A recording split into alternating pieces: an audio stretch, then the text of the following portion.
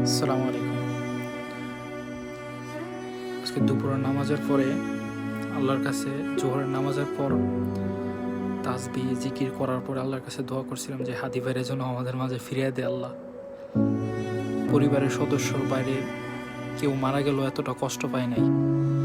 আজকে হাদি ভাইয়ের মৃত্যুর খবর শোনার পরে যতটা কষ্ট লাগতেছে, ইন্না লিল্লাহি ওয়া ইন্না ইলাইহি রাজিউন।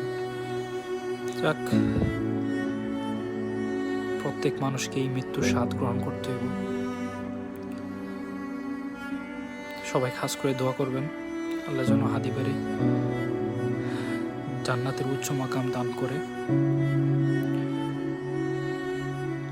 কতটা কষ্ট লাগতেছে, ভিতরে কি চলতেছে একমাত্র আল্লাহ জানে। কতটা কষ্ট লাগতেছে হাদি ভাইয়ের মৃত্যুর খবর